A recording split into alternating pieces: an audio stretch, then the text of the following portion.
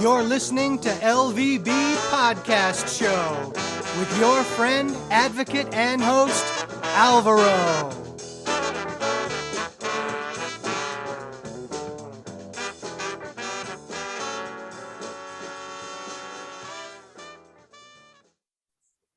Hi and welcome to LVB Show. My name is Alvaro and I'm very happy to be with you today. Okay, before I introduce Meredyth Sauter, okay, I just did that.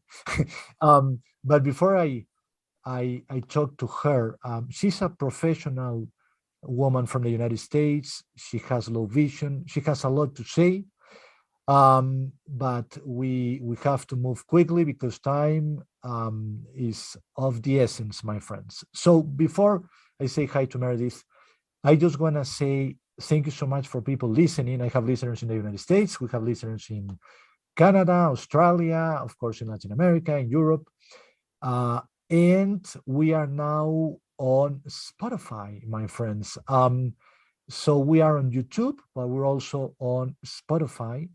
And so you can subscribe to the show there and share and listen with your lock screen of your iPhone, iPad, etc. So that's pretty awesome.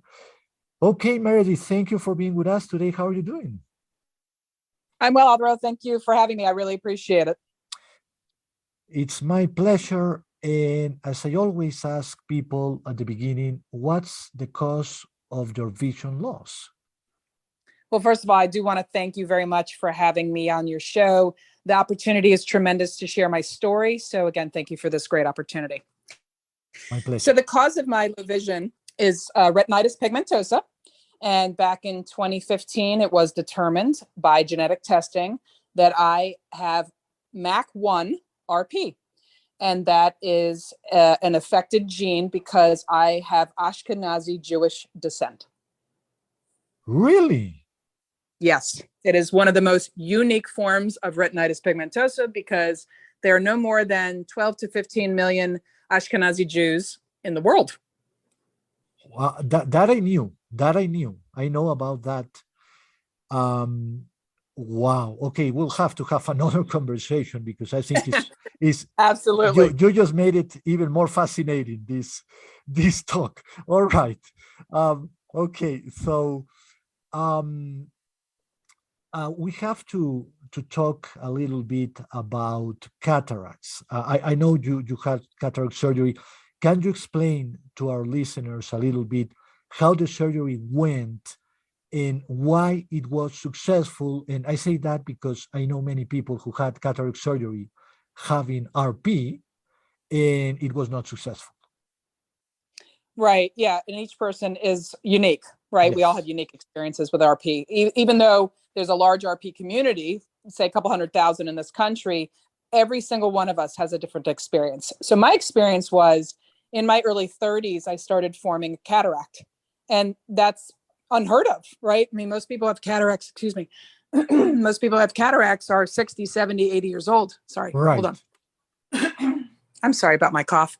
Anyway, that was actually the first sign I had RP. Because RP, that is an initial symptom. Right. So I went to the eye doctor to determine what was wrong. And he said, I have no idea. Let me send you to Emory University. And in Atlanta, Georgia, I went there and they did determine I have retinitis pigmentosa, and that was the cause of my cataract. I then went to University of Florida, where I live right now. Now I live in the state of Florida. And I had a doctor named Dr. Sandeep Grover. He is actually a research doctor funded by the Foundation Fighting Blindness. And he's just an amazing human being as well. He performed my cataract surgery. And he told me right up front, there was no way possible he would get my vision to 2020 because I was a minus 16 in my right eye and a minus 14 in my left eye. So he said, it's impossible. Well, wouldn't you know, after both procedures, because they were 3 weeks apart, I did see 2020 in my left eye for a couple of weeks. Wow. I'm down to about 2025, which is still, to me, almost a miracle. Oh, yes. So I don't know why my procedure was successful, other than the fact that I entrusted one of the best doctors in this country And also maybe I was a little bit younger. I don't know. But it is successful. It continues to be successful. And it's 16 years ago, I think 15 to 16 years ago that I had the procedure done. Meredyth, when it comes to the lens they put into your eye, what kind of lens it was to see from where? From a far distance, or how it works? Yeah, so I have a fixed focus intraocular lens, it's called. So I can only see far away now. I do not have any near vision. So I do have to use reader glasses, which are never attractive. But it's okay. I was okay with the fact that I went from being completely nearsighted and having no far vision to now being completely farsighted and having no near vision. But yeah, that's what it is. It's just an intraocular contact lens. And Meredyth, why did you choose that lens and not the other one? So the other one that has the focusing capability was brand new in the market at that time. And I was unwilling to take the chance that it wouldn't function at the level that I expected. I needed to ensure that it was one or the other. I could either see near or I could see far. So I chose the seeing far as, again, a fixed focus situation. Would I prefer it to focus? Of course. But again, the technology was too new back then. If the surgery was today, I would, of course, choose the lens that focuses. Okay, interesting.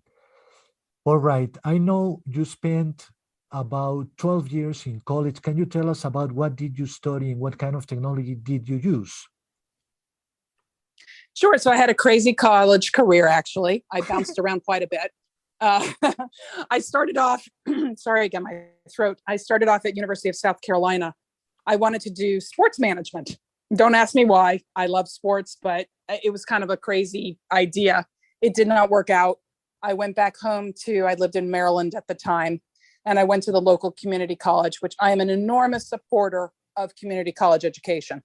I think it is one of the most important things that we try to take that taboo idea that community college is for people who are not smart or not successful or accomplished. Community college is one of the best opportunities from an educational perspective in the world, as far as I'm concerned. So I am a community college graduate with a associate's in science and physical education. I actually wanted to become a PE teacher. I then transferred to University of Maryland at College Park and completed my education with my bachelor's in science and, again, physical education. At that point, though, I decided that I wasn't really sure that teaching was for me. I was young and, unsure of what the future held for me. I know I wanted to get married and have a family, so I actually went back to school immediately. And I took my master's in management, and I also have an MBA in marketing. And all of my education's from the University of Maryland. I am a huge Terrapin fan, love my school, big supporter, go Terps.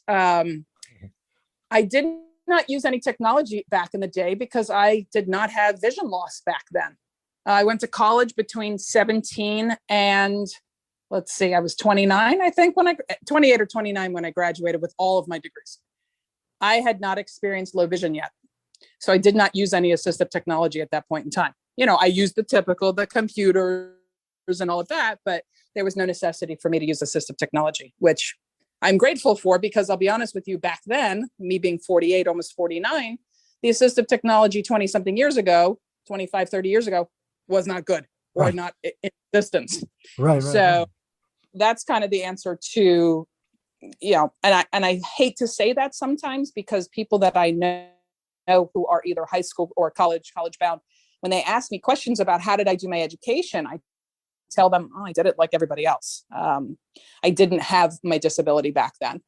So it's hard for me to tell people that in our community, because I feel bad about it. I do. I wish I could say to them, I used this and I used this and I used all these great things, and I didn't. Unfortunately, I didn't have my vision loss start until my 30s.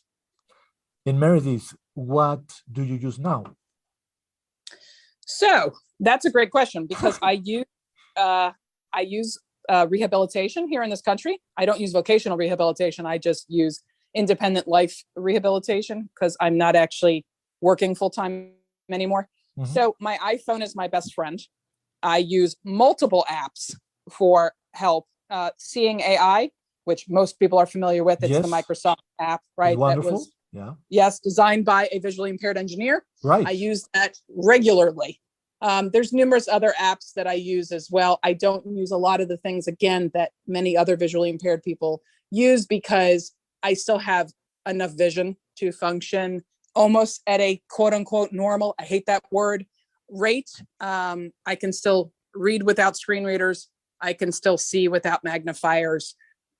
So really my phone is pretty much the only thing I'm using from an assistive technology perspective. But again, iPhone is great. Great. It's one of the best tools there is out there. Now, I want to focus about your experience and work in these different organizations you have been working with, like the Lions, like the Foundation Fighting Blindness, NFB. What can you tell us about those? So one of the best parts about my situation is I was a career woman first, and now I'm a disability advocate. And I'm able to take the skills that I had from my career and apply them to our community. And let me just make one point too. I don't like the word disability. Mhm. I strongly despise that word. I'm a professional communicator, and I wish we as a race of people, the human race, would stop using negative terminology when we describe people. I would like to use the term differently able Mhm. and not disabled. I'm not disabled. If anything, I'm far more accomplished than most people. Mhm. Again, I have 2 master's degrees. I was a career woman.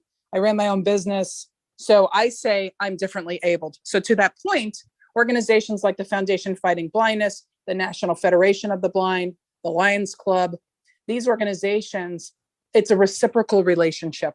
I give to them and they give back to me.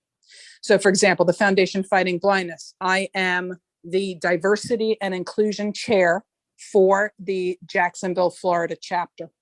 And what that is a responsibility to ensure that I include all people, regardless of race, religion, sexual orientation, gender, etc., to ensure that they have the resources that they need to help them along their low vision and vision loss journey. With the National Federation of the Blind, for me, that's more of an experience where I do a lot of research.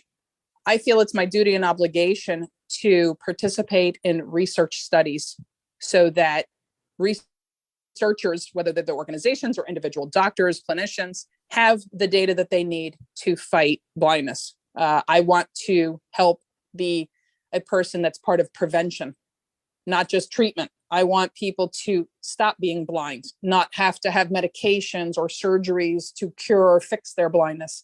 Let's eliminate blindness if we can. And then with the Lions Club, my best friend has Usher's syndrome.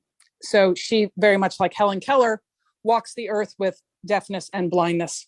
And for me, there's nothing more important than participating in an organization that supports both communities. So I do fundraising for the Lions Club. And again, I think it's so critically important. They're the largest service organization in the world with over 1.5 million people. Their reach is incredible. They can reach pretty much almost anyone in any country who needs glasses or even sunglasses or needs support. And then, of course, they do things in the community to better the community. It's not just about blindness and about hearing impairment. It's also about helping the environment, working with children with diabetes and cancer. So it's one of the greatest organizations in the world. Meredyth, I have a question that I am going to ask you this. I know the answer you're going to give me, but I have to ask anyways. How long before we can say a cure for blindness has been found? So we've already cured some blindness, right? So for your listeners, I don't know how many of them are aware, but again, the Foundation Fighting Blindness continues to work extremely hard to provide preventions, cures, and treatments for, it's mostly for inherited retinal disease, right? But they're now expanding their focus to also include age-related macular degeneration. Again, they're working on inclusion. They don't want to exclude people Right. because age-related macular degeneration is just as important as inherited retinal disease. Right. So there was work done on a particular gene called RPE65, and they were able to restore sight in some people. So again, is that a cure? I don't know if it's a cure. I think we need to do a lot of work with genes. I think, again, that's very controversial, but I do believe in gene editing. Mhm. I do believe in working on that to take the affected gene, change it, and then quote unquote fix it, Mhm. right? I don't know that we can prevent blindness just yet, but I do think that there are very highly technology related things that we can do to fix it. So I'm hopeful. I'm extremely hopeful. Like I said, I participate in lots of research for this exact reason. I want to be one of the people who works with the pioneers to eliminate blindness. Meredyth, in my view, and for our listeners, this is my thought, because many people have asked me that, because I'm fascinating that technology and science are working in changing this vision of it's impossible to not only cure, but give a very good treatment for people who have a vision loss. In my view, for our listeners and for Meredyth, I think in less than 10 years, we're going to have very good treatments for many eye diseases. And some are going to be like gene therapy related, some are going to be tech related, some are going to be combined. But I think we're pretty close to incredible things, to be honest with you, Meredyth. Oh, I agree 100%. We already can do corneal transplants. When the day comes where we can do a retinal transplant, we'll change the scope of vision issues forever. And I think we are close. It's a very complicated situation, but if we're able to do the things that we do with the cornea, and potentially some work we do on the optic nerve, I think we could get to the retina at some point. We are making modalities according to the National Eye Institute at the National Institutes of Health, which I have been a clinical patient there for many, many years. We are working on modalities to get down to the cellular level, to see the rods and cones. Right now, we're somewhat at a macro level. When we talk about vision loss, we don't talk about it at the cellular level. But we are making these modalities. We are getting there. I participated in a study in 2020 where we are trying to improve those modalities to get to the cellular level. So I am confident, very confident, with the clinicians in the ophthalmology field that we will get there. Meredyth, what's the biggest lesson you have learned with your vision loss? This is a fun question for me. This is somewhat of a controversial topic for me because, again, my vision loss was later in life. I don't let it identify who I am. It is not my main identifier. A lot of people walk the planet, I'm the blind person, or I'm the blind mom, or I'm the blind girl. Or right. That is not me. Now, I joke that my Twitter handle is chick with a stick. And I know that hopefully is funny for a lot of people if they understand the little double entendre there. But my blindness does not define me. It is not my main identifier. I'm a mother. I'm a friend. I'm a lover. I'm a sister. I'm a daughter. I'm an employee. I'm a fundraiser. I have so many identifiers that my journey of my vision loss, it actually isn't my journey. It's part of my journey, right? It's part of who I am. The sum of the parts make the whole. And one of the things I used to say before I started doing adjusting to blindness counseling is I used to say, I'm not a whole person anymore. That was the most painful thing I'd ever say in my life. Because I'll be honest with you, I am a whole person. Just because my eyes don't work at 100% doesn't make me less of a person. Sure. I'm not inferior. I'm not less, and I don't want to be treated that way. So I'll just be very honest with you. Using the word that I'm a blind person or that I'm a person with blindness, that's at the bottom of the list of my identifiers. And like I said, I don't want to be defined by my vision issues. I want to be defined by an incredible woman who does incredible things on a daily basis for people in our community and everywhere, honestly. Vision loss is not the only part of the community I work with. Like I said, I work with people with hearing impairments and physical impairments, intellectual, emotional disabilities. And again, different abilities, not disabilities. So that's why I said it's a little bit of a controversial comment, because I'm a fighter and a lover. I don't accept the fact that I'm visually impaired. I don't think I should accept it, honestly. They tell me that I need to accept that I'm visually impaired. And I tell people, well, I don't actually need to accept that I'm visually impaired. That will keep the fight alive in me. That will keep me pushing harder to ensure that we do eventually prevent blindness. For our listeners, that's the right attitude in life. So that's just my opinion, Meredyth. Very good. Okay, so before I let you go, can you talk a little bit about sports? What are you doing in that regard? Oh, I would love to. That's my most favorite topic in the world. I forgot that identifier. See, Alvaro, how could I? My first identifier is that I'm an athlete. I am an adaptive athlete, right? And a lot of people don't know what adaptive sports are. So I will share very quickly. Sure. So I was a huge athlete as a young person. I did everything. There wasn't a sport I couldn't play. And again, I was a physical education major in college. So that should tell you, not only did I play them, but I also wanted to teach them and coach them. Right. But in my 30s, with my vision loss, the sports that I played were sports that I could no longer participate. I was a basketball player. You know, you need very good vision to be a basketball player. Oh, yeah. So I joined an organization called Sportable, and they are a Paralympic sports club in Richmond, Virginia. And they got me back into sports. I mean, they literally saved my life. I say this all the time to people, that joining that organization gave me back being an athlete again.